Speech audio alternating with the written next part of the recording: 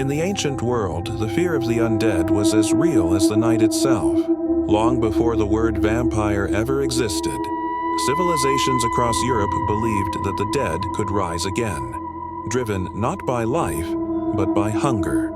In prehistoric burial sites, archaeologists have discovered skeletons pinned down with stones or metal stakes, a desperate attempt to keep the restless dead from returning.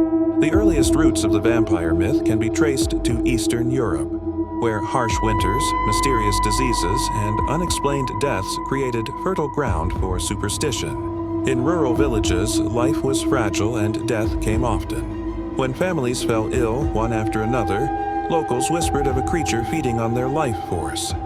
During the Middle Ages, reports of revenants, corpses rising from graves, became widespread. Chroniclers described pale figures wandering at night, knocking on doors, spreading sickness. Villagers believed that those who died violently or without proper burial might rise as cursed beings. To prevent this horror, bodies were sometimes buried face down, decapitated, or even burned. These early beliefs formed the foundation of a myth that would evolve into one of the most powerful legends in human history: the vampire, a creature that defies death, lurking in the shadows of the old world, feeding on fear, blood, and the unknown.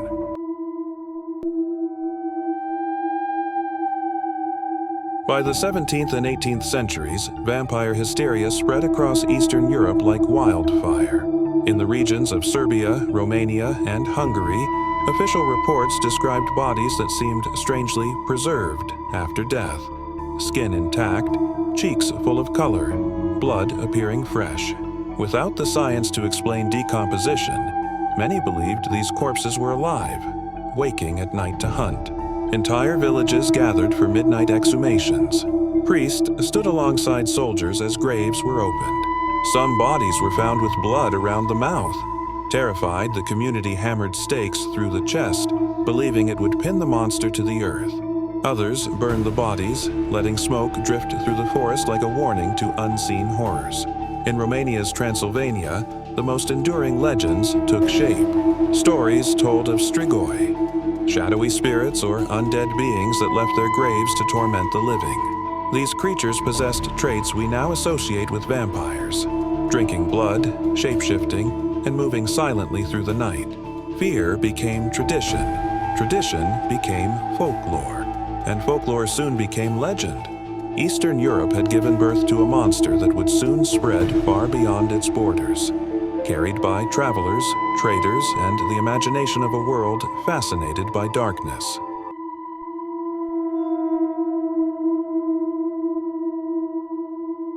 No figure in history influenced the vampire legend more than Vlad III of Wallachia, known to the world as Vlad the Impaler. A prince who ruled with ruthless brutality, Vlad earned his name by impaling thousands of enemies on towering wooden stakes. Their bodies lined the roads to his fortress, striking terror into all who approached. Though Vlad was not a vampire, his cruelty shaped the creature's modern image. He was fierce, relentless, and feared. Centuries later, Irish author Bram Stoker drew inspiration from Vlad's legacy, along with Transylvanian folklore, to create literature's most iconic monster, Count Dracula. Published in 1897, Dracula blended superstition, Gothic romance, and the chilling mystique of Eastern Europe. Stoker's vampire was intelligent, seductive, and supernatural, a predator hiding behind elegance. The novel introduced many tropes we know today: the castle, the moonlit hunts, the ability to transform into mist or bat, and the eternal thirst for blood. Dracula transformed the vampire from a rural superstition into a global legend.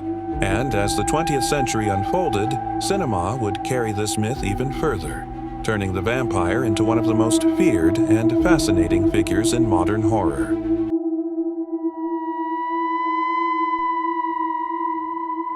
In the modern era, vampires stepped out of the shadows of folklore and into the bright lights of global culture. Early films like Nosferatu portrayed the vampire as a grotesque monster, emaciated, rat-like, and terrifying. But as decades passed, the image evolved. Hollywood reimagined the vampire as darkly charismatic, Actors like Bela Lugosi and Christopher Lee brought elegance and intimidation to the role, influencing generations of filmmakers. The vampire became a symbol of forbidden desire, eternal youth, and the dangerous allure of immortality. By the late 20th century, new interpretations emerged. Some stories portrayed vampires as cursed beings struggling with morality. Others showed them as predators hiding in modern society's shadows, blending into nightclubs, abandoned cities, or underground communities. Today, the vampire thrives in movies, games, novels, and television. Yet beneath these reinventions lies the same ancient fear, the terror of death, and the darker terror of never dying at all. From ancient burial stones to modern cinema screens, the vampire has evolved, but its essence remains unchanged. A creature born from superstition, shaped by history, and immortalized by imagination, forever haunting the boundary between life and death. Thank you for watching. If you enjoyed this story, don't forget to like the video and subscribe to the channel. Your support helps us continue exploring dark legends, ancient mysteries, and the hidden truths behind our world. Stay with us as our journey into the unknown continues.